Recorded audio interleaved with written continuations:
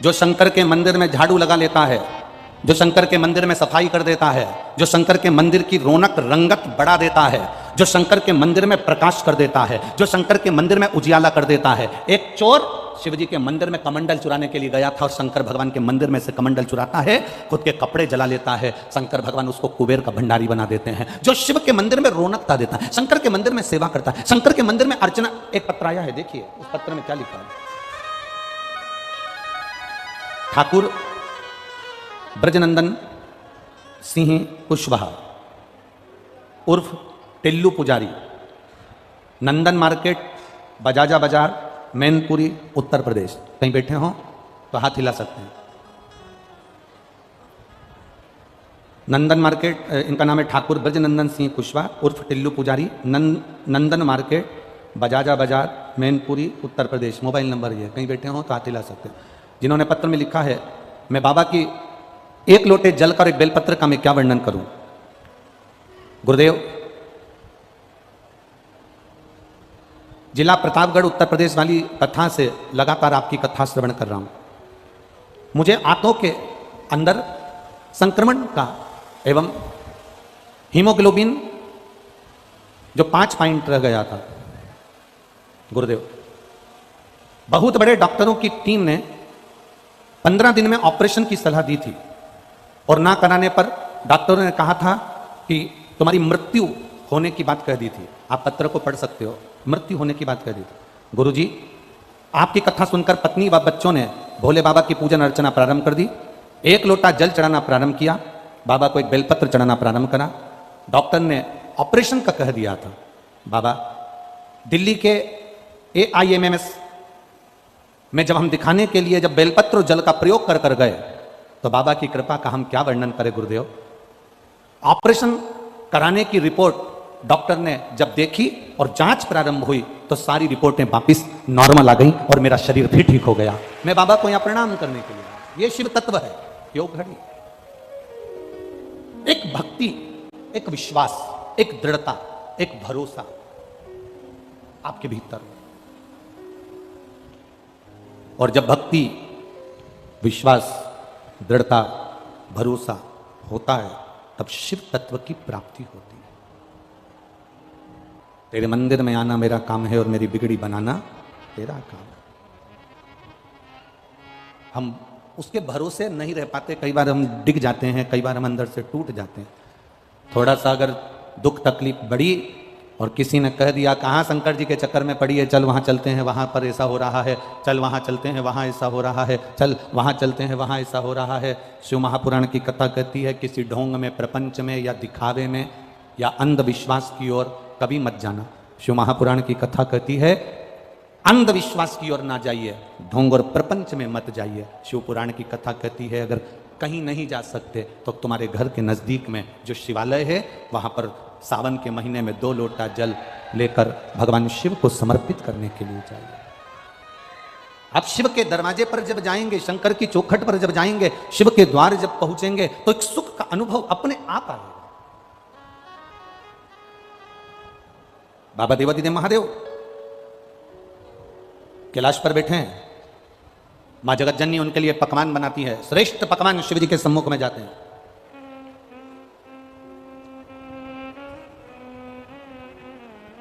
बाबा को पकवान से कोई मतलब नहीं। ये घर में जितनी बुजुर्ग माताएं होती हैं ना, घर में जितने बुजुर्ग होते हैं, बुजुर्ग माताएं होती हैं, बुजुर्ग लोग होते हैं, इनको तुम्हारे श्रेष्ठ पकवान से, इनको तुम्हारे श्रेष्ठ जो तुमने लड्डू, पेड़ा, गुलाब जामुन, इमरती, भजिया, पकोड़ा ढेर सारा बनाया हुआ है, उससे कोई मतलब नहीं है। इनको तुम्हारे पकवान से कोई मतलब, इनको तुम्हारे पकवान से कोई मतलब नहीं। इनको अगर मतलब है तो केवल एक चीज से मतलब है, आप घर के बुजुर्ग को लड्डू मत दीजिए, आप घर के बुजुर्ग को मिठाई मत दीजिए, आप घर के बुजुर्ग को नमकीन मत दीजिए, आप घर के बुजुर्ग को अगर कुछ अच्छा बनाकर नहीं दे सकते मत दीजिए। पर शिव महापुराण की कथा कहती है कि घर के बुजुर्ग को आपकी जिह्वा की, वाणी की मिठास जरूर दीजिए, वो जीवन का एक उन्हें आनंद दे जाए। आप मत दो उनको लड्डू, मत दो पेड़ा, मत दो उनको सामग्री, पर उनको, उनके भीतर जो एक तत्व छुपा है सम्मान का, उनके भीतर एक तत्व छुपा है आदर का, वो आदर का तत्व तो दो। फिर वही बात आ गई, अरे मत बुरे कर्म कर बंदे वरना पछताएगा, भगवान की आंखों से तू बच नहीं पाएगा, तू बच नहीं पाएगा। अरे ओ अज्ञानी मत कर नादानी, अरे ओ अज्ञानी मत कर नादानी, तेरे कर्म का फल भी तू ही पाएगा, जैसा किया तूने तेरे आगे आएगा। मत बुरे कर्म कर बंदे वरना पछताएगा, भगवान की आंखों से तू बच नहीं पाएगा, तू बच नहीं पाएगा। मकान किस किस ने बनाए? अपने अपने मकान में कौन कौन रहता है? अपने अपने घर में। किराए के मकान में नहीं, अपने घर में। जम के जरा हाथ उठाओ, हाँ रख लो रख लो।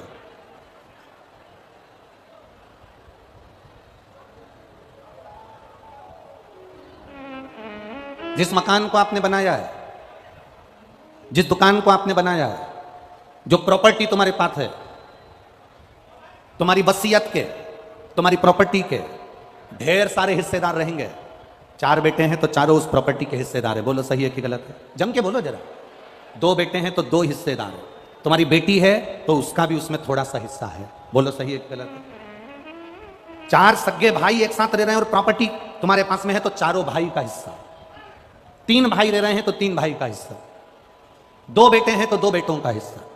तुम्हारे मकान में, तुम्हारी प्रॉपर्टी में, तुम्हारी वसीयत में सबके हिस्से हैं, पर तुमने जो कर्म करा है उस कर्म को भोगने में किसी का हिस्सा नहीं है, केवल तुम्हारा अकेले का हिस्सा है। उस कर्म को कोई दूसरा नहीं भोगेगा। बाप के कर्म का भोग बेटा नहीं भोगता, बेटे के कर्म का भोग बाप नहीं भोगेगा। अपने कर्म का भोग अपने को भोग, अपने कर्म का भोग हम अपने आप में अपने को भोगना पड़ेगा।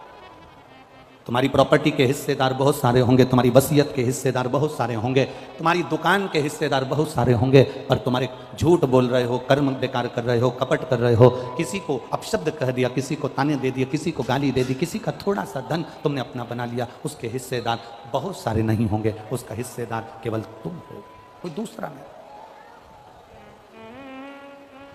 इसलिए तो शिव महापुराण की कथा कहती है अपने भजन के बल को बढ़ाओ। अपने कर्म का भोग अपने को भोगना है। पहले एक बार कथा में कहा था, आप में से कई माताओं ने सुना होगा, कई भाइयों ने सुना होगा, छींक अपने को आ रही है। बोला था कि नहीं बोला था? छींक अपने को आ रही है तो क्या पड़ोसी छींकेगा? जम के बोलो जरा, जम के बोलो। नहीं। खांसी अपने को चल रही है तो पड़ोसी खांसेगा। भूख अपने को लग रही है तो क्या पड़ोसी भोजन करेगा? प्यास अपने को लग रही है तो क्या पड़ोसी पानी पिएगा? नहीं। सिर मेरा दुखा है तो गोली भी मुझे खाना पड़ेगी, पेट मेरा दुखा है तो गोली भी मुझे खाना पड़ेगी, हाथ मेरा दुखा है तो गोली मुझे खाना पड़ेगी, खांसी मुझे आई है तो खांसना मुझे पड़ेगा, अगर छींक मुझे आई है तो छींकना मुझे पड़ेगा, सिर में दर्द मेरे हुआ है तो दवाई गोली मुझे खाना पड़ेगी। उसी तरह आपने अगर कर्म बेकार करा है तो भोगना भी आपको पड़ेगा, कोई दूसरा नहीं भोगने वाला, कोई दूसरा नहीं भोगेगा। शंकर भगवान ने पार्वती जी को देखा तो माता जगतजननी को देखकर भगवान शिव माँ जगतजननी को देखे कि रोज नए नए पकवान बनाकर लाती है, रोज अच्छा अच्छा भोजन बनाकर लाती है, और मैं सुख के चक्कर में, आनंद के चक्कर में ये भोजन को पा लेता हूं।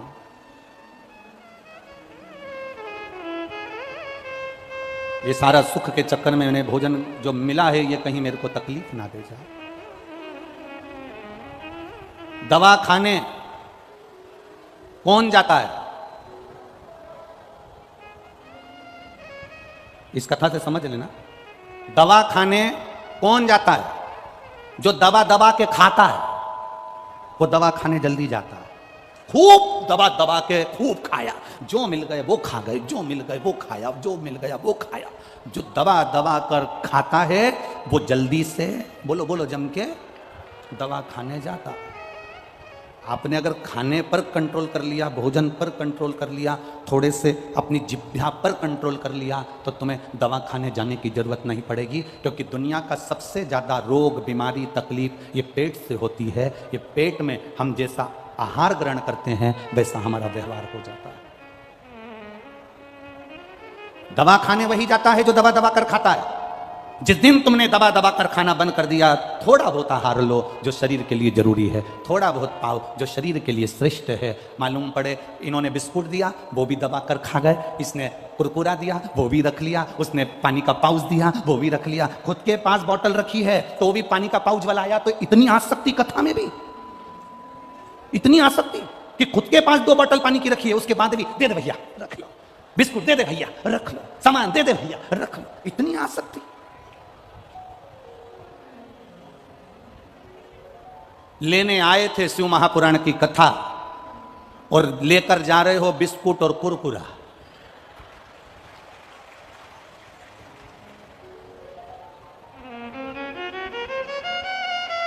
खीर मिली, खीर, हलवा मिला, पूड़ी मिली, पूड़ी।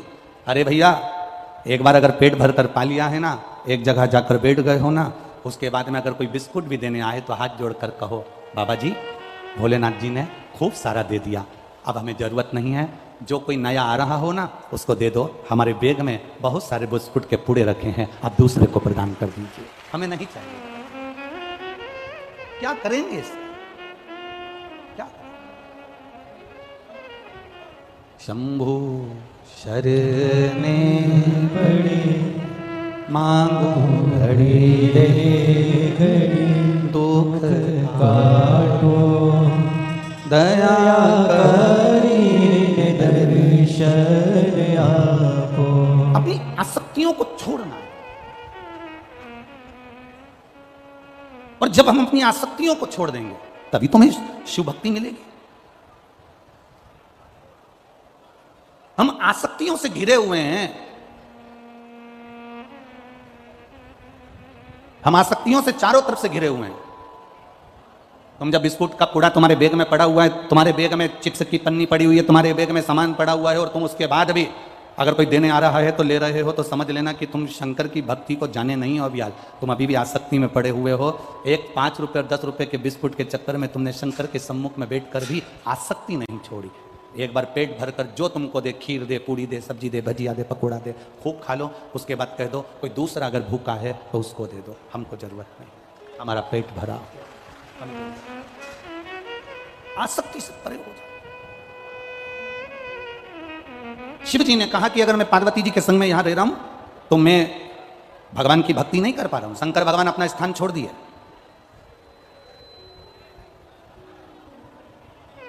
और शिव जी एक वन क्षेत्र में चले गए। नंदी साथ में पीछे पीछे गया। बाबा ने कहा नंदी से तू कहां मेरे साथ आ रहा है? नंदी कहता मैं आपको नहीं छोड़ सकता। शिव जी कहते हैं कि मुझे तप करना है, तप के बिना मेरा आनंद नहीं है।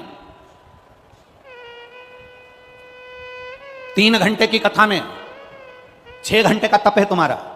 3 घंटे पहले, 3 घंटे बाद का भी तुम्हारा तप है। आज पानी गिरने के कारण बस जितने भी श्रोता भाई बहन इधर उधर हैं सब खड़े खड़े, कब से खड़े हैं इंतजार में, और जब से खड़े खड़े शिव महापुराण की कथा का रसतत्व ग्रहण कर रहे हैं। ये तप है तुम्हारा, ये साधना है तुम्हारी।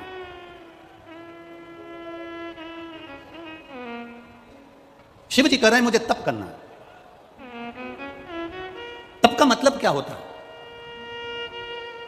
एक व्रत कर लेना तब कहला जाता है, एक साधना करने बैठ जाना, आंख बंद करके बैठ जाना तब कहला जाता है। नेत्र बंद कर बैठे हुए हो क्या तप कहला जाएगा? ना ना ना ना, शिव महापुराण की कथा कहती है इसको तप नहीं कहा गया। तप किसको कहा गया? जहां बैठे हैं और बैठने के बाद में किसी का भी स्मरण ना आए, केवल जिसकी भक्ति में बैठे हैं उसको तुम याद करो और वो तुम्हें याद करे, तो समझ लो कि तुम्हारा तप हो गया, तुम्हारा व्रत हो गया, तुम्हारी साधना हो गई। एक हरतालिका तीज का व्रत मेरी माताएं करती हैं। यहां पर होता है कि नहीं होता वो मालूम नहीं है हमको। होता है यहां पर हरतालिका तीज का व्रत माताएं करती हैं, और जब हरतालिका तीज का व्रत करती हैं उस व्रत के अंदर पूजन का क्रम होता है। एक रात्रि में आप लोग जो पूजन का क्रम करते हो, कितनी बार पूजन होती है उसमें? 4-5 बार ऐसे कुछ क्रम है उसके अंदर, तो पूजन का क्रम आप करते हो। अब पूजन के क्रम आप कर रहे हो, तो कई माताएं तो ऐसी होती हैं कि जो हरतालिका तीज का व्रत करती है, पूजन करती है, आराधना करती है, उसका चित्त कहीं दूसरी जगह लगता नहीं है। भगवान की आराधना में, पूजन में, सामान में, सामग्री में लगाना, भगवान की पूजन की तैयारी करना, पूजन के लिए जाने की तैयारी करना, भगवान की भक्ति में खो जाना। और कहीं कहीं की ऐसी होती है कि बस पहली पूजन का इंतजार करती है कि जल्दी से पहले नंबर की पूजन हो जाए और मैं जल्दी से चाय पी जाऊं। अब हमने कई लोगों से पूछा कि इसमें लिखा है हरतालिका तीज की कथा में कि दूध पीने से बिल्ली बनते हैं और ज्यादा बोलने से मेंढकी बनते हैं और सोने से अजगरी बनते हैं, तो तुम चाय क्यों पी रही हो? तो कहती हैं किताब में चाय का नहीं लिखा है, किताब में सब लिखा है पर चाय का नहीं लिखा, चाय का इसमें वर्णन नहीं है, इसलिए हम चाय पी रहे।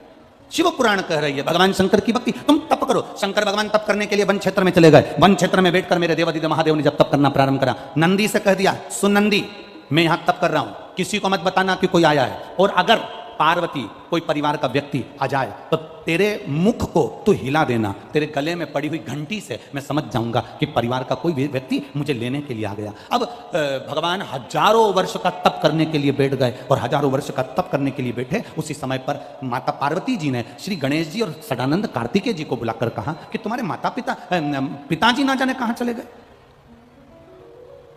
भगवान गणेश गणेश जी से कहा, सदानंद कार्तिकेय जी से कहा, जाकर जरा पता करो शंकर भगवान गए कहां पर है, शिव जी कहां है, जाओ जरा जल्दी से मालूम करो। अब कार्तिकेय बाबा,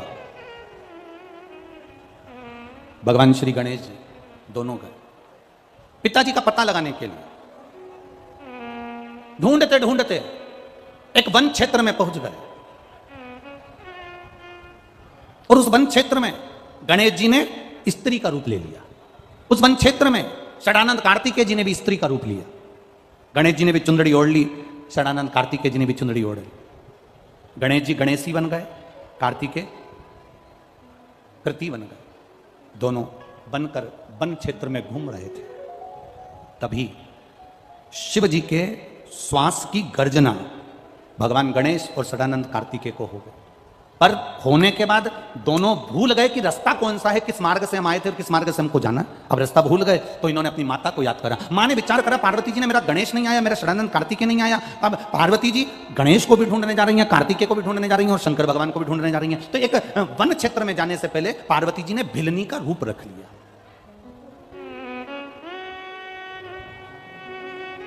एक भिलनी का रूप रखा। अब भिलनी कौन? जिसको कुछ नहीं आता, केवल जानती है कि परमात्मा है पर उसके सिवाय कुछ नहीं। शिव महापुराण की कथा कहती है, किसी सदगुरु के पास जाना, घर के बुजुर्गों के पास जाना, घर के वृद्ध के पास जाना, परमात्मा के पास जाना, तो एकदम खाली होकर जाना। खाली होने से मतलब क्या है? ये दिमाग में ज्यादा अकल लेकर या ज्यादा बुद्धि लेकर कि दादी से ज्यादा तो मुझ में अकल है, मेरे पिताजी से ज्यादा तो मुझ में अकल है, मेरी माँ से ज्यादा तो मुझ में अकल है, बहू सोचती है सास से ज्यादा तो मुझ में अकल है, मैं पढ़ी लिखी, मैंने ये करा, मैंने इंजीनियरिंग करी, मैंने सीए करा, मैंने ये पढ़ाई करी, मैंने एमबीए करा। सास में कितनी अकल है? वो तो 8वीं फेल है। सास भले 8वीं फेल होगी, सास भले 5वीं फेल होगी, पर सास रहते रहते रहते रहते परिवार में जो तुम्हारी जितनी उम्र है, सास उतने साल तो दुनिया के धक्के खाकर आई होगी, तो उसमें अकल तुमसे ज्यादा होगी, ये निश्चितता है। भले वो 5वीं फेल हो, भले वो 6वीं फेल हो, भले वो 7वीं फेल हो, भले वो 8वीं फेल हो, पर उसकी चित्तवृत्ति में उसने कितना कितना संघर्ष किया, घर के बुजुर्ग ने कितना संघर्ष किया। ये उसके पास में कंपनियों में पूछा जाता है, तुमने कौन सी कंपनी में पहले जॉब करी है, उसका प्रमाण पत्र दिखाइए। दिखाना पड़ता है कि मैंने इस कंपनी में मैंने जॉब करी है, मेरा ये प्रमाण पत्र है। सास के पास में वो प्रमाण पत्र है जो बहू को दिखा देती है कि मैंने ये किया है। और होना चाहिए एक 4 इंजीनियर टोपी लगा लगा कर एक आड़ा टेढ़ा पाइप, उसमें तार डाल रहे थे। 4 इंजीनियर 8 दिन से परेशान हो गए, पर वो तार उसके अंदर नहीं गया। एक गांव का व्यक्ति निकलता था, वो इंजीनियर को देखकर बड़ा दुखी होता था कि इनसे तार इस पाइप के अंदर नहीं जा रहा, आड़ा टेढ़ा पाइप, इसमें वो तार नहीं जा रहा। बड़ा दुखी होता था, बड़ा दुखी। गांव के व्यक्ति ने इंजीनियर साहब से कहा, इंजीनियर साहब ये तार में डाल दूं? 4 इंजीनियर बोले इसमें अक्ल तो है नहीं गांव वाले में, और कह रहा है तार में डाल दूं। ले डाल के बता, हम इंजीनियर हैं, ये सॉफ्टवेयर है, ये इलेक्ट्रिक है, ये ऐसा है, वो ऐसा है, ले तू डाल दे। उसने कहा लाओ इंजीनियर साहब। वो गया गाँव में, एक चूहे को पकड़ कर ले आया, चूहे की पूंछ से तार को बांधा, पाइप में छोड़ दिया, पाइप से चूहा बाहर, तार निकल के बाहर हो गया। कभी कभी ऐसा होता है, हम जिसको मूर्ख समझ रहे हैं, हम जिसमें सोचते हैं इसमें तो अकल ही नहीं है, इसमें तो बुद्धि ही नहीं है।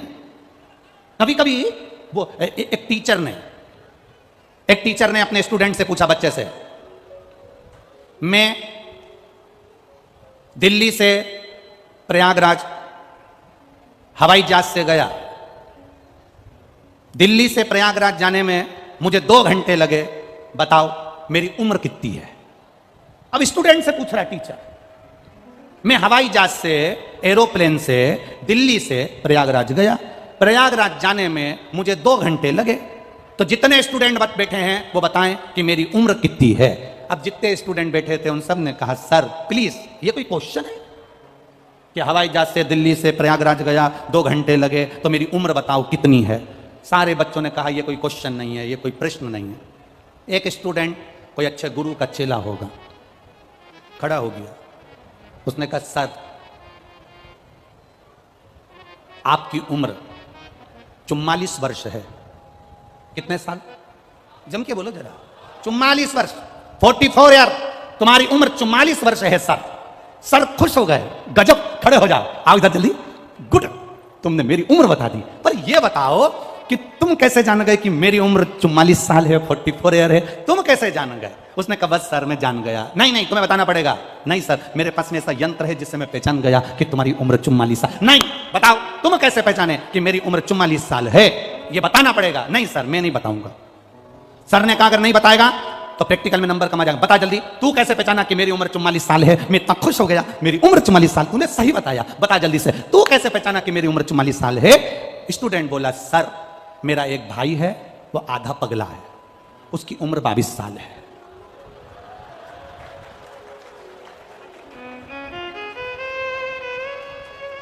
मेरा एक भाई है, वो आधा पगला है, उसकी उम्र कितनी है?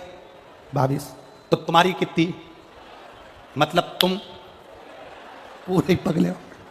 इसमें उसको अंदाजा आया, उसकी चित्तवृत्ति में अंदाजा आया। बाबा ढूंढने निकली माता पार्वती। खाली होकर जाइए शिव के पास में। बहुत अहंकारी बनकर नहीं, बहुत अभिमान रखकर नहीं, बहुत धनपति नहीं, बहुत वैभवपति नहीं। शंकर की कथा में जाना, शिव महापुराण की कथा में जाना, भगवान की भक्ति में जाना, तो खाली होकर जाना। खाली। आज तो आप कथा 2 बजे से 5 बजे तक सुन रहे हो इस पावन प्रागण्य में। कल की कथा टीवी पर तो 2 बजे से 5 बजे तक आएगी, पर यहां इस कथा स्थल पर जो कथा होगी कल की, वो सुबह 8 बजे से 11 बजे तक होगी।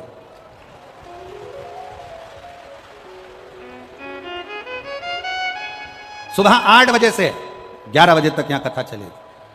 और ध्यान देना, कथा टीवी पर 2 बजे से 5 बजे ही आएगी, पर भक्त सुबह 8 बजे से 11 बजे तक। कल विराम की जो कथा है, पहले भी कथा में कहा, मेहमान जाते हैं तो घर के बच्चों को 200-500 रुपए दे जाते हैं, और ये पुराण भी जाएगी तो क्या क्या लुटा जाएगी ये वही जान सकती है, ये उसके ऊपर। परंतु हम ये बात हम बाद में कह सकते थे। अब तुम सब चिंता में पड़ गई, सोच में। उठेंगे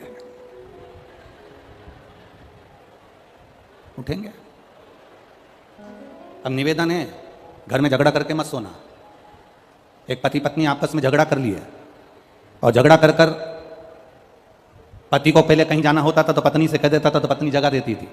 आज ऐसा झगड़ा हुआ पति पत्नी में, तो पति ने एक पर्ची में लिख दिया कि सुबह मेरे सर एयरपोर्ट पे आ रहे हैं और मुझे सुबह जल्दी 5 बजे एयरपोर्ट पहुंचना है, तो तुम मुझे सुबह 4 बजे जगा देना। पर्ची पे लिख के उसने पत्नी के पलंग पर जो तकिया था वहां रख दिया। पत्नी ने पढ़ा, ठीक है। दूसरे दिन वो सुबह 9 बजे उठा। उसने उठते से ही गुस्सा करना चाहा कि तूने मुझे जगाया नहीं, पर पास में एक पर्ची पड़ी थी, 2 पर्ची पड़ी थी, 3 पर्ची पड़ी थी। उसमें लिखा हुआ था उठ जाओ 3 बज गई है, उठ जाओ 3:30 बज गई है, उठ जाओ 4 बज गई।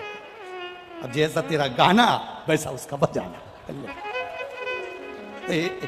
तुम ऐसा झगड़ा करके मत सोना, नहीं तो सुबह तुम्हें कोई उठाए नहीं। तुम तो क्योंकि रात को 10-11 बजे तो तुम यहाँ से जाते हो, हैं? आते हो रात को। मैनपुरी के लोग यहाँ रात को आते हैं ना, तो खूब मेला का आनंद लेने के लिए, दर्शन करने के लिए, भक्तों के भजन का आनंद लेने के लिए। अब जाए और मालूम पड़े सुबह 8 बजे मुझे जाना है, जाना है, जाना है, जाना है, तो सुबह। कल कथा का समय सुबह 8 बजे से 11 बजे तक रहेगा, और टीवी पर 2 बजे से 5 बजे तक रहेगा। चित्तवृत्ति में रहे, खाली होकर जाइए शिव के द्वार पर। कोई अभिमान नहीं, कोई अहंकार नहीं, कोई आसक्ति नहीं, कोई वासना नहीं, कोई काम नहीं, कोई लोभ नहीं, कोई तृष्णा नहीं, एकदम खाली होकर जाइए। और जो शिव के द्वार पर खाली होकर जाता है, गुरु के दरवाजे पर, बड़ों के दरवाजे पर, बड़ों के पास जो एकदम खाली होकर गया, उसको सब मिल गया, सब कुछ।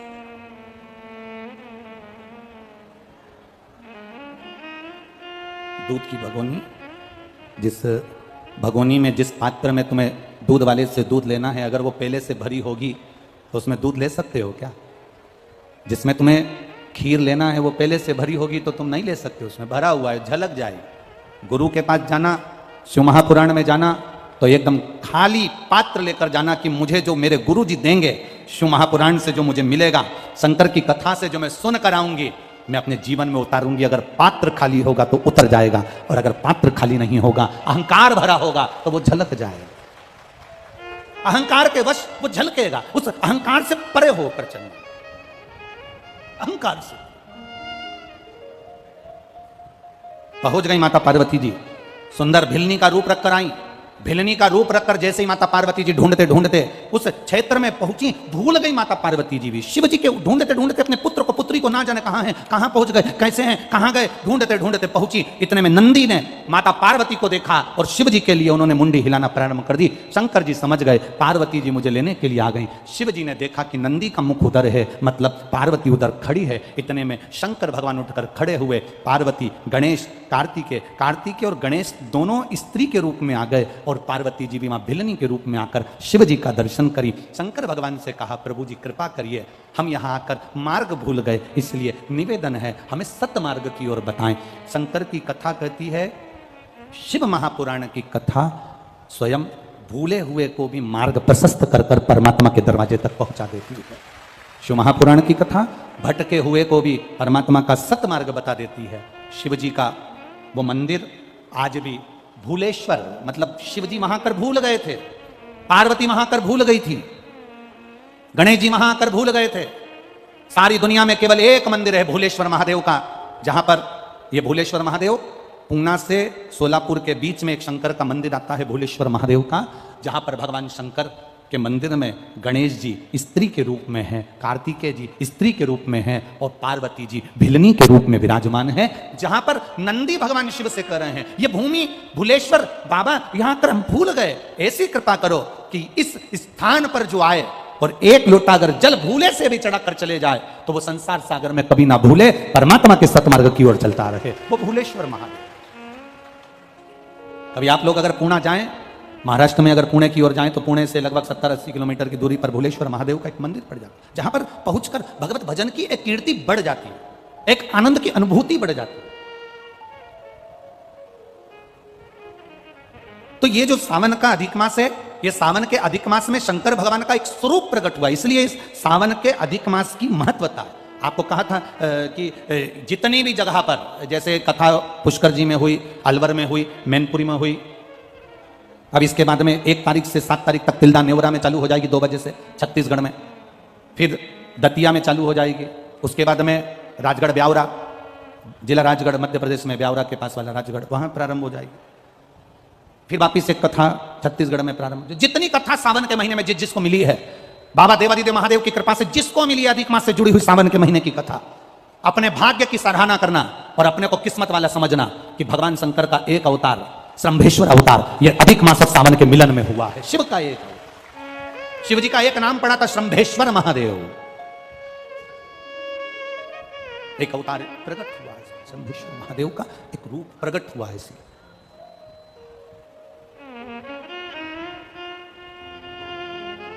इसलिए आप लोगों से बारंबार हम कहते रहे हैं,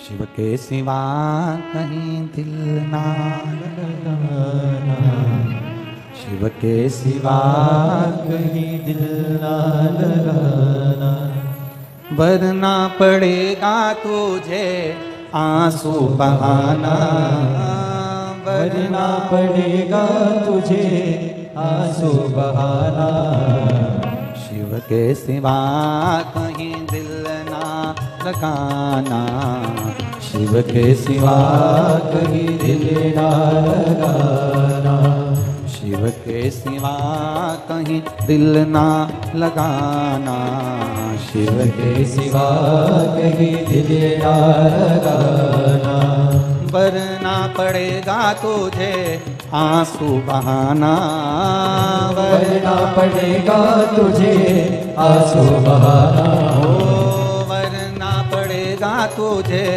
आंसू बहाना, वरना पड़ेगा तुझे आंसू बहाना, शिव के सिवा कहीं दिल ना लगाना, शिव के सिवा कहीं दिल ना लगाना,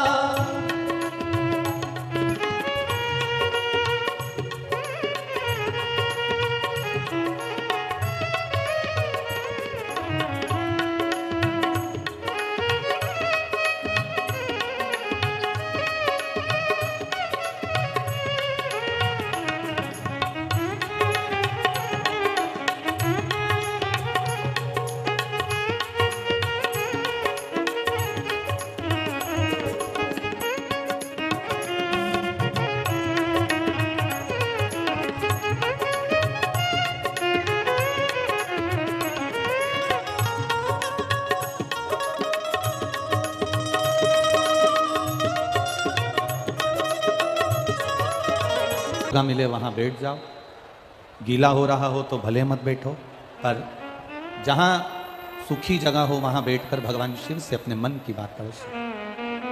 बहुत दूर दूर से आप लोग आए हो, बाबा के चरणों में बैठकर एक बार विनती करें कि बाबा ऐसी कृपा करना, हमारी झोली खुशियों से भरना। जिस भाव से हम यहाँ शिव महापुराण की कथा सुनने के लिए आए हैं, मेरे देवादिदेव महादेव हमारे वो मन की अभिलाषा पूर्ण करें। शिव जी से प्रार्थना, जहां जगह मिले वहां बैठकर भाव से कार्यकर्ता भी, आज ही का समय, कल तो सुबह के क्रम में कथा हो जाएगी, भाव से दिल से प्रार्थना करना। जिस जिसको श्री शिवाय नमस्तुभ्यम आता है अपने मुख से गुणगान करना, दिल लगाकर बाबा से प्रार्थना करना कि बाबा मेरे दुख को काट दीजिए।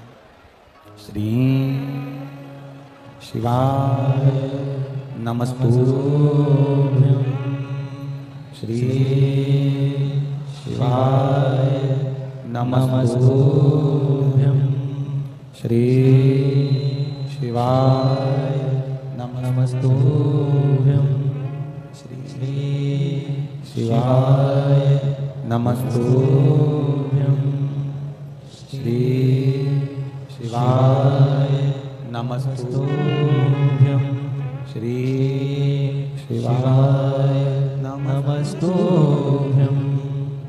भोला सब दुख काटो हमारा, ओ भोला सब दुख काटो हमारा, शिव शंकर जपो तेरी माला, बोले बाबा जपो तेरी माला, भोला सब दुख काटो हमारा, ओ भोला सब दुख काटो हमारा, वेश है मंगल मंगलकारी, वेश है मंगल मंगलकारी, शमशान वासी हमारा, शमशान वासी हमारा, ओ भोला सब दुख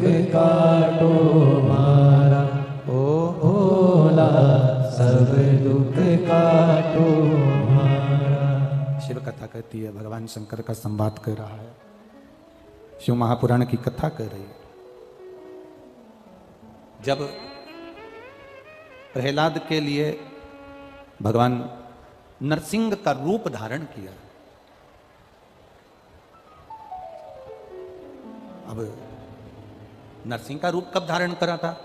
क्योंकि हिरण्यकशिपु ने मांगा ही ऐसा था कि ना नीचे मरूं, ना ऊपर मरूं, ना अंदर मरूं, ना बाहर मरूं, ना अस्त्र से मरूं, ना शस्त्र से मरूं, ना दिन में मरूं, ना रात में मरूं, ना नर से मरूं, ना पशु से मरूं, ना 12 महीने में मरूं, तो एक अधिक कर अधिक मास में मारा।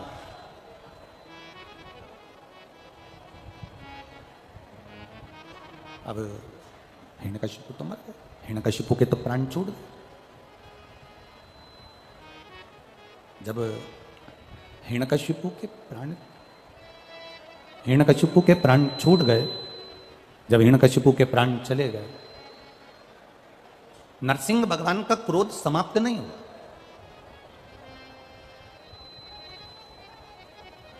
इतना क्रोध नरसिंह जी में था, इतना क्रोध था, इतना क्रोध। घबराए देवता, इतना क्रोध नरसिंह जी में भरा हुआ था। अब जब नरसिंह जी में इतना क्रोध था कि भगवान नरसिंह जब बैकुंठ में प्रवेश करे तो बैकुंठ में प्रवेश करते से बाबा आवाज पकड़ रहा है। नरसिंह जी जैसे बैकुंठ में प्रवेश करे, अपने बैकुंठ में जैसे जाने लगे तो लक्ष्मी जी भी बैकुंठ छोड़कर चली गई। इतना क्रोध नरसिंह जी के अंदर था।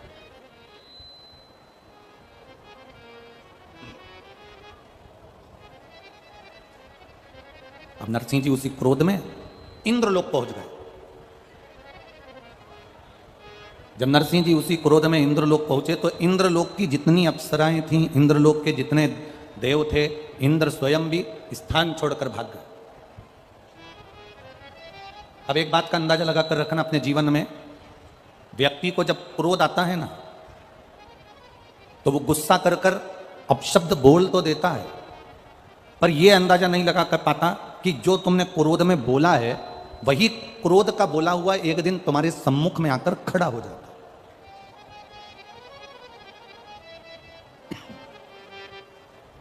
तुम्हारा बोला हुआ एक दिन तुम्हारे सामने ही आ जाता है।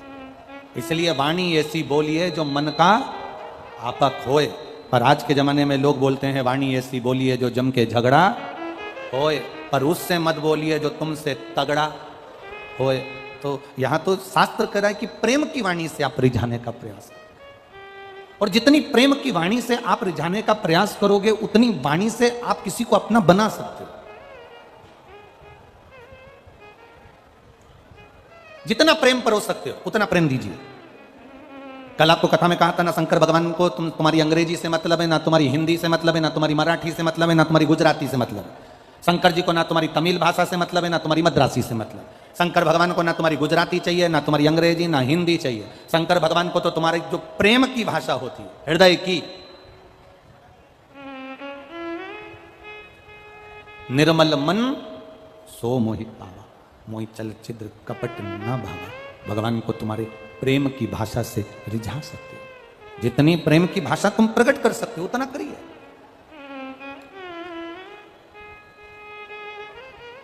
जब प्रेम की भाषा हम देंगे तो हमको मिलेगा।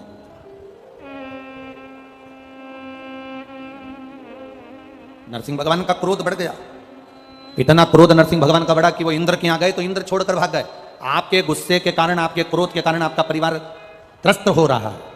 पत्नी क्रोध करती है, बच्चों पर असर आता है, परिवार पर असर आता है। पति क्रोध करता है, परिवार पर, बच्चों पर, पत्नी पर, कुटुंब में असर आता है। शिव महापुराण की कथा तो यहां तक कहती है कि आप अगर भोजन का निर्माण कर रहे हो, भोजन बना रहे हो, तो भोजन भी बनाते समय तुम्हारे चेहरे पर क्रोध नहीं रहना चाहिए। तुम्हारी सास से कुछ भी खटर पटर हुई है, परिवार में कुछ भी झगड़ा वगड़ा हुआ है, पर भोजन बनाते समय तुम्हारे चेहरे पर प्रसन्नता होना चाहिए। ये शिव भक्ति, शिव महापुराण। आप लोग अपने अपने घर से पूरी सब्जी बनाकर लाते हो, कोई भंडारे का सामान लाता है, कोई खीर बनाकर लाता है, कोई हलवा बनाकर लाता है। ये प्रेम से बनकर आता है, और जब प्रेम से बनकर आता है तो यहां जब बांटा जाता है तो उसमें अपने आप स्वाद बढ़ जाता है। शिव कथा का एक नियम, इसका नाम है कुबेरेश्वर महादेव। एक बहुत अच्छा पत्र आया, देखिए।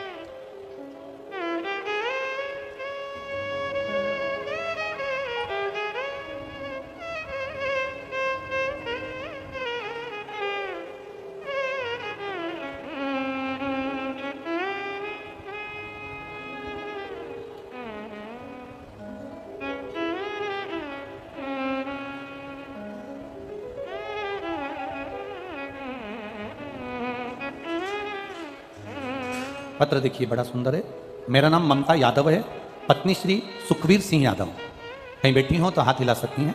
मैं जिला फिरोजाबाद नगर शिकोहाबाद की रहने वाली हैं। कहीं बैठी हो तो अपने हाथ हिला सकती हैं। आपकी हैं? हाँ, दोनों हाथ से हिला दो एक बार। हाँ, हिला दीजिए। मेरा नाम ममता यादव, पति का नाम सुखवीर सिंह यादव। मैं जिला फिरोजाबाद नगर शिकोहाबाद की रहने वाली हूँ। मेरे पति को सन 2011 में ब्रेन ट्यूमर का ऑपरेशन हुआ था, वह भी आखिरी स्टेज पर। उसके बाद सन 2018 में मेरे पति को ब्रेन के ऑपरेशन के बाद में 2011 में जब ऑपरेशन हो गया, 2018 में मेरे पति को मुंह के अंदर कैंसर हो गया। ऑपरेशन कराने के बाद वे ठीक थे, फिर 2022 में उन्हें मुंह के दूसरी तरफ फिर से कैंसर हो गया। इस ऑपरेशन के बाद डॉक्टर ने बोल दिया था कि अब वो बिस्तर पर ही रहेंगे। उसी दौरान 2022 में आपकी कथा से जुड़ी और कथा सुनना प्रारंभ करा। भाई ने कहा कि इतनी कथा देखती है गुरुजी की, उनके द्वारा बताया गया पशुपतिनाथ का व्रत रख ले। मैंने अपने पति के लिए उसके बाद गुरुजी व्रत करना प्रारंभ करा। सारे उपाय किए, पशुपति व्रत रखा। मेरे पति के दूसरे ऑपरेशन, जब दूसरे गाल की ओर कैंसर हो गया, पहला गाल का कैंसर हुआ उसका ऑपरेशन हो गया था, दूसरा कैंसर हुआ उसका भी ऑपरेशन हुआ।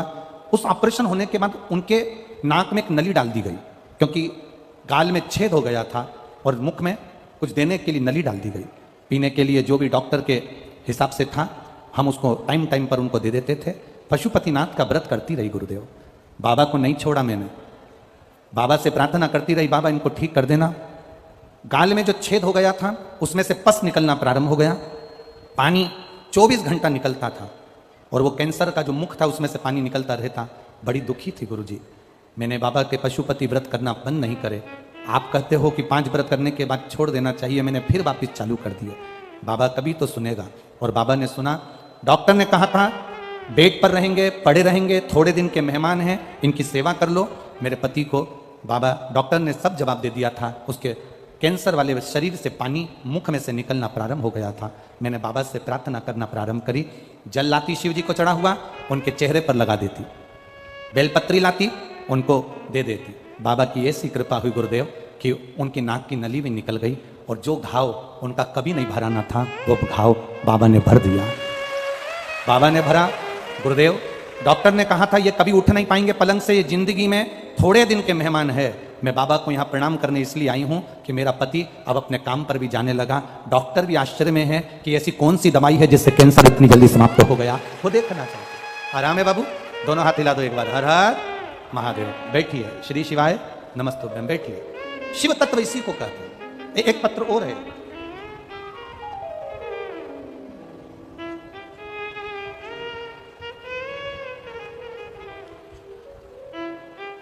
मेरा नाम निधि दीक्षित है। मैं ग्राम मेवड़ा, पोस्ट साबडी, जिला हरदोई से आई हूं। कहीं बैठी हो तो हाथ हिलाइएगा। मेरा नाम निधि दीक्षित, ग्राम मेवड़ा, पोस्ट सांडी, जिला हरदोई से आई हूं। मेरा मोबाइल नंबर ये है। कहीं बैठी हो तो हाथ हिला सकती हैं। जहां कहीं भी बैठी हो अपने हाथ को हिला सकती हैं। मेरी मम्मी को 2022 में पेट में दर्द हुआ, उनको हरदोई हॉस्पिटल में दिखाया। जांच होने पर पता चला कि मम्मी के बच्चेदानी में कैंसर है। हरदोई के डॉक्टर ने कहा इनको लखनऊ ले जाओ और उनको इलाज करवाओ। हम उनको हरदोई ले गए और डॉक्टर को दिखाया। 2020 से आपकी कथा सुन रहे हैं गुरुदेव। मेरी माता को जब हमने हरदोई के डॉक्टर ने दिखाया तो डॉक्टर ने कहा इनका ऑपरेशन करना जरूरी है। गुरुजी, आपने त्रिजुगी नारायण के जल का वर्णन किया था, पशुपति व्रत का वर्णन किया और सीहोर के रुद्राक्ष का वर्णन किया। हम त्रिजुगी नारायण तो नहीं जा सके, पर हम रुद्राक्ष लेने के लिए सीहोर चले गए। सीहोर से रुद्राक्ष लेकर आए और डॉक्टर ने कहा था इनका ऑपरेशन करना जल्दी जरूरी है, क्योंकि इनका कैंसर फैल रहा है। बच्चेदानी में जो गठन पड़ गई है वो फैल रही है।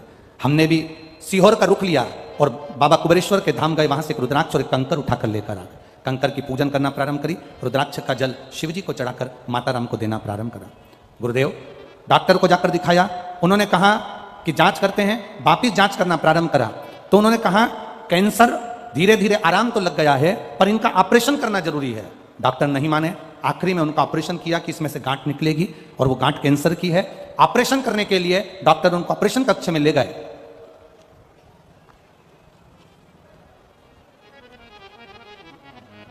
जब ऑपरेशन कक्ष में ले गए, कई घंटों तक ऑपरेशन चला। ऑपरेशन करते करते डॉक्टर टेंशन में पड़ गए कि इनके शरीर में कोई गठान नहीं है और पूरा शरीर अच्छा है और कैंसर भी नहीं है। गुरुजी, शरीर में बहुत सारे टाँके लगा दिए गए और टाँके लगाने के बाद अब धीरे धीरे उन टाँकों को डॉक्टर काट रहे हैं, पर बाबा ने कृपा कर दी और एक भी कैंसर का तत्व मेरी माता के पेट में नहीं मिला, न गठान मिली। ये रुद्राक्ष की महत्वता, ये शिव की महत्वता, ये शिव महापुराण की महत्वता। खाली न जाता कोई दर से तुम्हारे, खाली न जाता कोई दर से तुम्हारे, मैं भी खड़ी हूँ नदी माहे पसारे, अपने हृदय से लगा लगा लो, गिरा जा रहा हूँ, उठा लो उठा लो, प्रभु अपने दर से अब तो न टालो, गिरी जा रही हो उठा लो उठा लो। शिव के ऊपर भरोसा। एक तेरा आधार सतगुरु एक तेरा आधार, एक तेरा आधार सतगुरु एक तेरा आधार। सारी दुनिया घूम ली है, सारी दुनिया ढूंढ घूम ली है, तू ही मेरा आधार, एक तेरा आधार सतगुरु एक तेरा आधार। यहाँ जितने आए हो, जितने आस्था चैनल पर सुन रहे हो, जितने फेसबुक यूट्यूब पर सुन रहे हो, दिल से सुनो। और जहां बैठे हो, ये मैनपुरी में हम आज तक कभी नहीं आए थे, पहली बार आपसे मिलना हुआ है, पहली बार मिलना हुआ। आप लोगों ने टीवी पर कथा सुनी है कि नहीं सुनी? सुनी है ना? टीवी पर कथा सुनकर आप लोगों ने बाबा का कोई ना कोई उपाय तो किया है ना? किया है तो बाबा ने कुछ ना कुछ तो आपकी जिंदगी में थोड़ा बहुत दुख तो मेरे बाबा ने कम किया होगा, तब तो आप यहां बैठे हो, नहीं तो कौन कौन आता? विश्वास शिव महापुराण पर करा तो बाबा ने साथ। नरसिंह अवतार में क्रोध आया है भगवान को, वो क्रोध समाप्त नहीं हुआ, वो क्रोध समाप्त नहीं हुआ।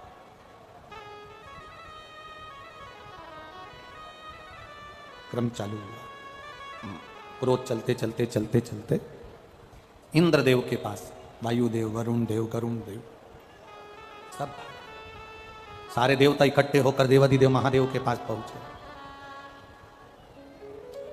बाबा बाबा, शिव जी की स्तुति, शंकर भगवान की प्रार्थना किसी के दूसरे ने जो बताई वैसी नहीं करना, अपना दिल करे ना वैसे भगवान की प्रार्थना करो। भगवान की प्रार्थना तुम्हारे दिल से होना चाहिए, दिल से। एक बकरी चराने वाला, भेड़ चराने वाला शाम के समय सारी भेड़ों को एक जगह पर इकट्ठा कर लेता था, भेड़ों के बाल में से बैठे बैठे जूं निकालता था, जूं निकाल कर कहता था, राम जी तुम्हें वन में रहते रहते बहुत सारी जूं पड़ गई होगी, एक बार तुम मेरे पास आ जाओ, मैं सारी जूं निकाल दूंगा तुम्हारी।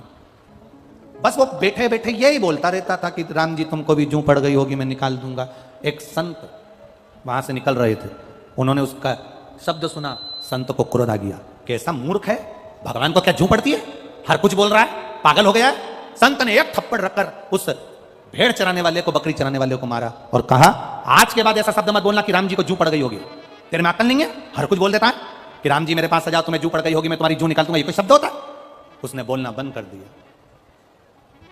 4 दिन निकल गए, माता सीता जी ने भोजन नहीं किया। राम जी ने सीता जी से पूछा, तुम भोजन नहीं कर रही हो, क्या बात है? सीता जी कहती हैं, एक बेचारा बकरी चराने वाला था, भेड़ चराने वाला, शाम को बकरी और भेड़ों को इकट्ठा कर उनकी जूं निकालता था और बड़े प्रेम से कहता था, राम जी वन में रहते रहते तुमको जूं पड़ गई होगी, मैं तुम्हारी जूं निकाल देता हूं। उसको प्रार्थना करना नहीं आती, उसको संस्कृत के शब्द नहीं आते, उसको हिंदी के भी वाक्यों को बोलना नहीं आता, वो कोई संबोधन बोलना नहीं जानता, वो स्तुति करना नहीं जानता, बस वो प्रेम से कहता है कि तुम्हें जूं पड़ गई होगी, मैं जूं निकाल देता हूं। मुझे बहुत अच्छा लगता था प्रभु। राम जी ने हनुमान जी को बुलाया, हनुमान जाओ, जिस संत ने उस बकरी चराने वाले को बोलना बंद करा है, जरा उसका इलाज करके आओ। हनुमान जी जाकर एक गदा का प्रहार किया, संत चित्ते पड़े। संत ने पूछा, मेरी गलती क्या है? हनुमान जी बोले, जाकर बोल उस भेड़ बकरी चराने वाले को, तेरे दिल से तू जैसी स्तुति करना चाहे वैसी कर। राम जी दिल की स्तुति देखते हैं, बनाई हुई स्तुति राम जी नहीं देखते। राम बनाई हुई स्तुति नहीं देखते। मेरे भोलेनाथ तुम्हारी बनाई हुई स्तुति से प्रसन्न नहीं होते। जिस दिन तुम्हारे दिल में आ जाए और तुम शंकर जी के मंदिर में जल चढ़ाने के लिए जाओ, उस दिन तुम बाबा से प्रार्थना दिल से भी कर सकती हो। बाबा बाबा ओ भोलेनाथ जी, शंभू जल चढ़ा चढ़ा के सावन के महीने में ठंड लग रही होगी तेरे को। बाबा बहुत ठंड लग रही है, आज मैं जो दिया लगाऊंगी ना उसमें हाथ लगाकर तेरे को सेक दूंगी, ठंड नहीं लगेगी तेरे। कभी दिल करा करे, बहुत सारी बेलपत्री पड़ी हो ना तो बाबा को ढक दो, बाबा ठंड नहीं लगेगी इसलिए मैं ढक रही। कभी कभी गणेश जी और कार्तिक पर हाथ रख कर कह दो, बाबा जैसे ये तेरे 2 पुत्र हैं ना वैसी मैं तेरी बेटी हूं बाबा, बट बहुत दुखी हूं बाबा। बाप अपनी बेटी को दुखी देख सकता है क्या बाबा? बाबा बहुत तकलीफ में हूं, तेरे बेटों की तरह मुझे भी मान लेना बाबा। तेरी बेटी अशोक सुंदरी की तरह मैं भी हूं ना बाबा, बहुत दुखी हूं बाबा, तू सुन ना बाबा। तेरा मैंने पशुपति व्रत भी करा था बाबा, पर हो सकता है मुझसे कोई गलती रह गई हो ना, तू मुझसे खुश नहीं हुआ। पर पिता है ना तू मेरा, पिता पिता होता है। बेटी चाहे कैसी भी हो ना बाबा, पर पिता कभी अपनी बेटी से नाराज नहीं होता। बाबा आज एक बेलपत्री मैं तुझे चढ़ा कर जा रही हूं, ये समझना तेरी बेटी अपना हृदय अपना दिल तुझे देकर जा रही है, तू संभाल लेना बाबा। दिल से कहो उसको, स्तुति दिल से होना चाहिए।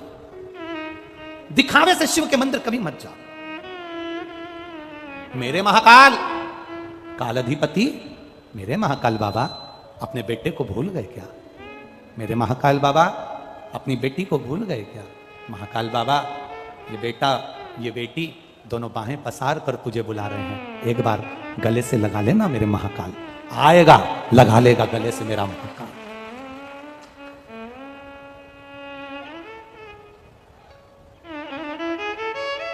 दिखावे से दूर हो जाओ। शंकर के मंदिर में जब जाना तब तुम दिखावे से दूर होकर जाना।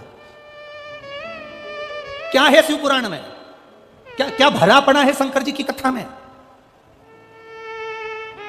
ये इतने नवयुवक लड़का लड़की आते हैं प्रार्थना कर कर जाते हैं, मेरी नौकरी लगा देना, गवर्नमेंट जॉब। एक बच्चे ने लिखा, एक बच्चे ने उसमें लिखा, मैं गीता गुप्ता पति श्री राधेश्याम गुप्ता निवासी लखनऊ की रहने वाली हूं। कहीं बैठी हो गीता गुप्ता का हाथ हिला सकती हैं। गीता गुप्ता राधेश्याम जी गुप्ता निवासी लखनऊ की रहने वाली हूं। गुरुजी मैं क्या वर्णन करूं, 2020 से आस्था चैनल पर कथा सुन रही हूं। आज तक आपको नहीं देखा था, केवल टीवी पर कथा पर भरोसा करती थी। मेरा बेटा नौकरी के लिए अप्लाई करता रहा, 2021 से अप्लाई कर रहा है, 3 साल हो गए पर उसकी नौकरी नहीं लगी, 1-2 नंबर से रह जाता। मेरे बेटे से मैंने कहा तू चिंता मत कर, नजदीक में कथा हो रही है कानपुर में, 1 दिन की सुनकर आऊंगी और भूमि पर बैठकर 1 दिन में कथा सुनकर बाबा की मिट्टी को सिर पर लगाकर प्रणाम कर कर के गई कि मेरे बेटे को नौकरी लगा देना, दूसरी कथा में मैं पहुंच जाऊंगी। बाबा ने मेरे बेटे की आज सुन ली और मेरे बेटे की नौकरी 19 जून 2023 को केनरा बैंक में गुजरात में अहमदाबाद में मेरे बेटे को ज्वाइनिंग लेटर आ गया। मैं बाबा को प्रणाम करने आई। शिव तत्व की पहचान, शिव तत्व की एक आनंद था। तुम दिखावे से दूर हो जाओ। मेरे शंकर को दिखावा चाहिए ही नहीं, मेरे शिव को दिखावे से कोई मतलब नहीं, मेरे शंकर को दिखावे से कोई मतलब। मेरे शिव को केवल तुम्हारा विश्वास चाहिए, मेरे शंकर को केवल तुम्हारा भरोसा चाहिए, मेरे शिव को तुम्हारी दृढ़ता चाहिए। मेरी जीजियों और मंडप में इस कथा पंडाल में बैठे हुए मेरे जीजाओं, आप सबसे निवेदन है, मेरी बेटियों मेरे भाई, कथा में आए तो हो पर दिल से कह कर जाना, मेरे बाबा दया करना, मैं तेरे भरोसे हूँ। मेरे बाबा दया करना, मैं तेरे भरोसे हूँ। मैं तेरे भरोसे हूँ, मैं तेरे भरोसे हूँ। मेरे बाबा दया करना, मैं तेरे भरोसे हूँ। ना घर के भरोसे हूँ, ना परिवार के भरोसे हूँ। ना घर के भरोसे हूँ, ना परिवार के भरोसे हूँ। भोलेनाथ दया दया करना, मैं तेरे भरोसे हूँ। कहो। आप आए हो कथा में, हमें कई बार आप लोगों को देखकर बड़ा हृदय से भाव में भीतर नेत्र के, आप लोग तो समझेंगे नहीं भावों का, भीतर से कभी कभी रोना भी आता है। कितनी दूर दूर से 100 500 रुपए खर्च कर कर ये लोगों सबके धक्के खाते हुए 1 किलोमीटर आधा किलोमीटर दूर गाड़ियों को रोक देना। मैं उत्तर प्रदेश सरकार को, मैनपुरी की collector, SP, SDM, DSP, TI, जितना पुलिस बल लगा है इनको धन्यवाद देना चाहूंगा। पहली कथा है जिसमें इतनी 5 गाड़ियां रोकी जा रही है, आपको दंडवत प्रणाम है। इतनी कथा बाची, उसमें पहली कथा है जो इतनी नजदीक में गाड़ियां रोकी जा रही हैं। नहीं तो हम जहां जहां कथा करने गए वहां 1.5 2 किलोमीटर दूर तक लोगों को पैदल चलना पड़ता है। मैं यहाँ के कलेक्टर, एसपी और उत्तर प्रदेश सरकार को बहुत बहुत साधुवाद देता हूं जिन्होंने नजदीक में गाड़ियां लगवाई। नजदीक आप कहो उससे दिल से, आपकी चित्तवृत्ति उसमें रमना चाहिए। कभी कभी हमारा हृदय बहुत रोता है कि आप कितनी दूर से धक्के खाते हुए, कोई साधन नहीं, अगर किसी को कर कथा सुनते हैं, मेरे शंभू इनकी झोली ऐसी भरना जिंदगी में कभी खाली ना हो, ऐसा भंडार। जिस कार्य के लिए, जिस भाव के लिए, जिस दिल से आप आए हो, जिस भरोसे के साथ आए हो, वो भरोसा हम फिर कहेंगे, परिवार पर भरोसा करोगे वो टूट सकता है, रिश्तेदारों पर भरोसा करोगे वो टूट सकता है, यहां तक हम पर भी भरोसा करोगे तो टूट सकता है, पर मेरे भोलेनाथ पर भरोसा करोगे तो कभी नहीं टूटेगा, वो टूटने नहीं देगा। हम जैसे आप हो वैसा ये हमारा मनुष्य शरीर है, जैसे आप हो वैसा ये मानव का ये शरीर है। 2 रोटी आप भी खाते हो, 2 रोटी हम भी खाते हो।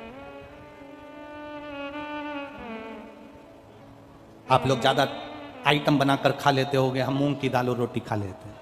कभी सब्जी थोड़ी बहुत हरी मिल गई, बना लिया, ब्राह्मण देवता साथ रहते हैं वो बना देते हैं 2 रोटी टिक्का, पाया, सुख आनंद लिया। क्या करना, जैसा जीवन आपका वैसा जीवन हमारा।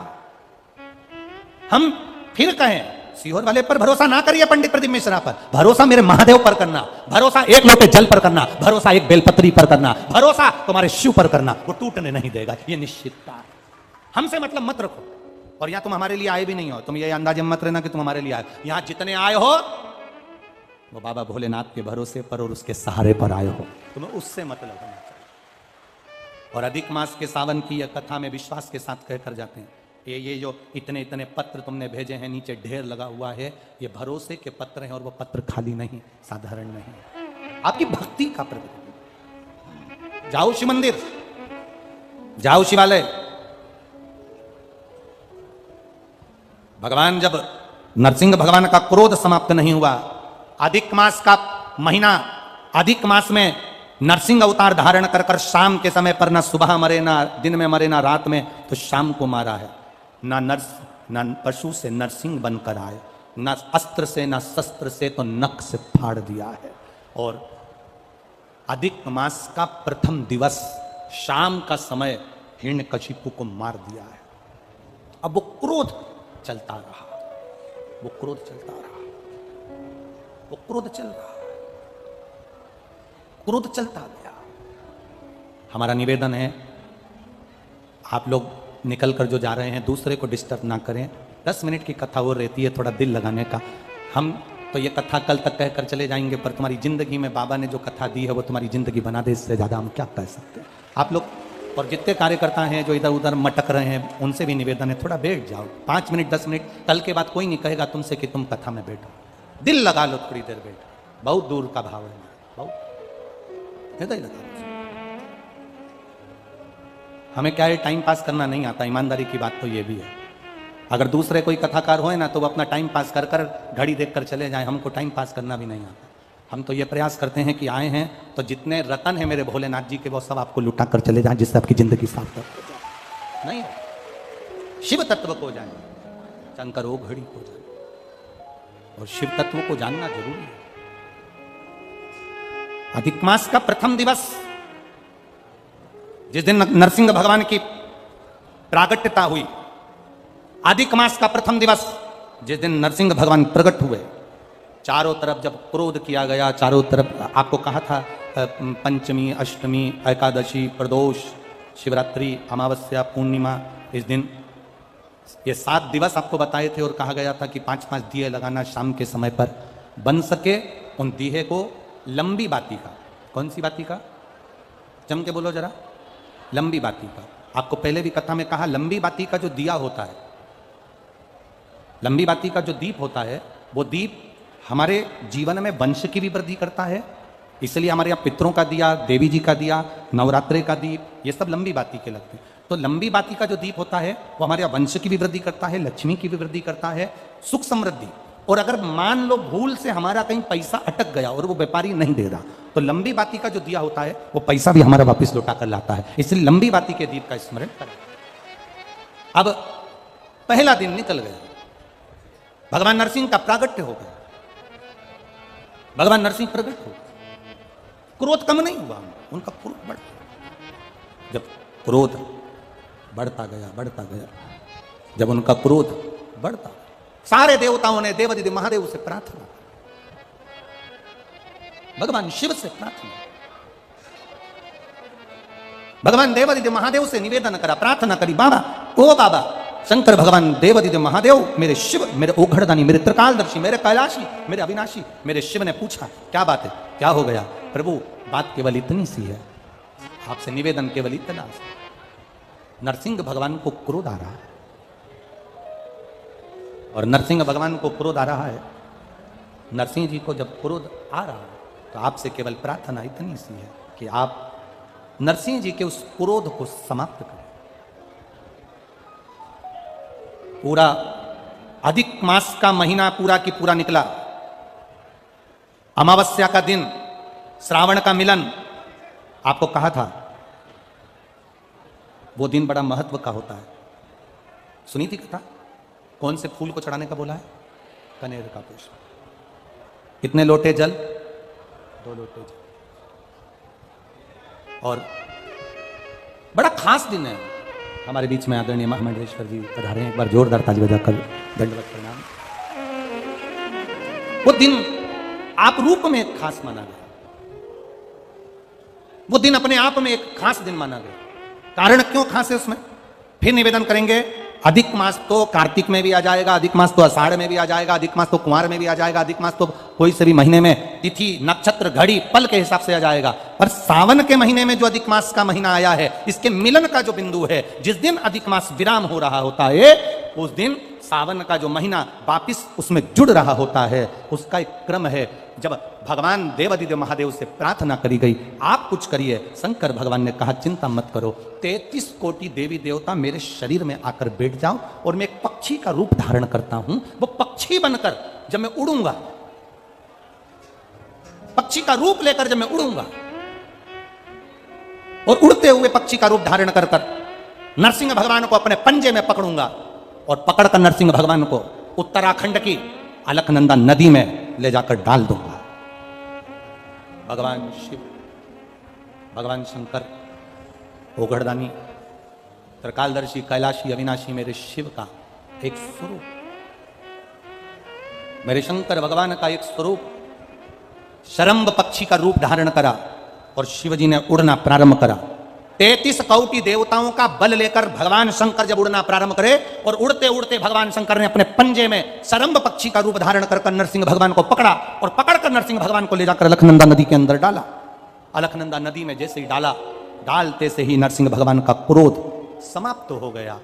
वहीं पर नरसिंह भगवान की समाधि लग गई, नेत्र बंद कर साधना में लीन हो गए, तप में लीन। और नरसिंह भगवान की तप साधना, नरसिंह भगवान की समाधि, नरसिंह भगवान की तप साधना वहां लग गई। अखंड तप में नरसिंह भगवान डूब गए। जब अखंड तप में नरसिंह भगवान डूबे, अखंड तप जब नरसिंह भगवान करे, लक्ष्मी जी उनको ढूंढती ढूंढती आ गई। भगवान देवादिदेव महादेव से जाकर प्रार्थना करी, भगवान शिव से जाकर निवेदन करा। बाबा भोलेनाथ जी से कहा, मेरे पति नहीं मिल रहे हैं, आप कृपा करिए। शंकर भगवान ने कहा, नरसिंह अवतार धारण करा था, क्रोध इतना ज्यादा था, उनके क्रोध को समाप्त करने के लिए अलकनंदा नदी में उनको डाला गया है। वहां से वो तप में लीन हो गए हैं। उस तप में से हम उनकी विनती कर कर उठाते हैं। शिव जी ने नरसिंह जी की स्तुति करी, नरसिंह जी उठे। बाबा भोलेनाथ ने कहा, बैकुंठ का निवास करिए। भगवान नरसिंह बैकुंठ में जाकर निवास किया। जब नरसिंह जी बैकुंठ चले गए, जाने लगे तो ऋषियों ने, संतों ने नरसिंह भगवान को रोक कर कहा कि आपका अंश यहां रखिए। नरसिंह शिला के रूप में बाबा देवादिदेव महादेव की कृपा, नरसिंह शिला के रूप में अलकनंदा नदी में आज भी नरसिंह भगवान विराजमान है। कभी आप लोग बद्रीनाथ जाएं तो पुल पर से जब बद्रीनाथ का दर्शन करने के लिए जाते हो, राइट में जो ताप्ती कुंड है जिसमें गर्म पानी होता है, उस कुंड से बिल्कुल नीचे की ओर देखोगे तो एक नरसिंह शिला मिलेगी। ये नरसिंह शिला का बड़ा महत्व है। दो चीजों के लिए नरसिंह शिला बड़ी महत्व रखती है। एक, अगर मान लो किसी को झटके आते हो, मिर्गी का दौरा लगता हो, बार बार बेहोश हो जाता हो, बार बार उसे झटके आ रहे हो, सारी दवाइयां कर ली हो, तो उसको पांडुकेश्वर का जल और उसी के स्वरूप में नपा हुआ एक मौली नाड़ा सिक्के में लपेट कर नरसिंह शिला की ओर डाल दिया जाता है। महाराज उसके बाद उसको झटके आना बंद हो जाते हैं, उसको फिट आना बंद हो जाता है। नरसिंह शिला का इतना महत्व। पांडुकेश्वर का जल उस जीव को हमेशा देना चाहिए जिसको झटके आते हैं, जिसको झटके आ रहे हैं। पांडुकेश्वर बद्रीनाथ जाते हैं तो बीच में पांडुकेश्वर पड़ता है, आप अगर देखेंगे तो बड़ा बोर्ड लगा हुआ है पांडुकेश्वर का। वहां उतरेंगे, जल लेंगे भोलेनाथ जी के शरीर का और वो जल बोतल में भरकर लेकर आएंगे, उसको दिए पांडुकेश्वर।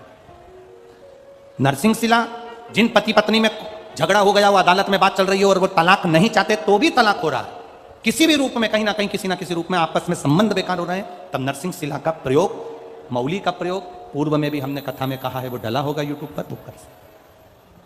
भगवान शिव का अधिक मास की अमावस्या समापन और सावन का महीने का लगना, यह भगवान शंकर के शंभेश्वर रूप का प्रागट्य है। बोल शंभेश्वर महादेव की जय। भगवान शिव का एक स्वरूप शंभेश्वर महादेव के रूप में प्रकट हो जाता है। भगवान देवादिदेव महादेव का आनंद स्वरूप वहां पर रहता है। इसलिए आप सबसे निवेदन है, प्रयास करना, 33 मालपुओं का दान शंकर भगवान के सुंदर अधिक मास के महीने में अवश्य करें। जब अमावस्या, अधिक मास की पूरा महीना पूर्ण हो और अमावस्या आए, तब भगवान शिव की आराधना अवश्य करें। 16 अगस्त का दिन है, आप लोगों को हमारी तरफ से भी विनती है, बन सके तो सीहोर में बाबा की कावड़ है 10 किलोमीटर की, आप दोनों हाथ बाबा की कृपा से कावड़ भरकर, कितना भी कर्जा जिंदगी में हो रहा हो, कितना भी दुख हो रहा हो, बाबा की एक बार कावड़ सीवन नदी की बाबा को समर्पित दिल के साथ हम खुद उस कांवड़ में आपके साथ चलेंगे, क्योंकि उसी ने लुटाया है और उसी ने दिया है, उसके साथ में बाबा को नमन करें। कांवड़ 16 अगस्त को सुबह 9 बजे बाबा की चढ़ेगी, क्योंकि उसी दिन अमावस्या भी है और दूसरे दिन वापिस श्रावण का आनंद भी रहेगा। तिल्दा नेवरा, जहाँ पर कथा 1 अगस्त से 7 अगस्त तक चलेगी, 2 बजे से 5 बजे तक छत्तीसगढ़ में। भगवान श्री गणेश जी महाराज पधार रहे हैं रिद्धि सिद्धि को लेकर, जोरदार ताली बजाइए। भगवान श्री गणेश जी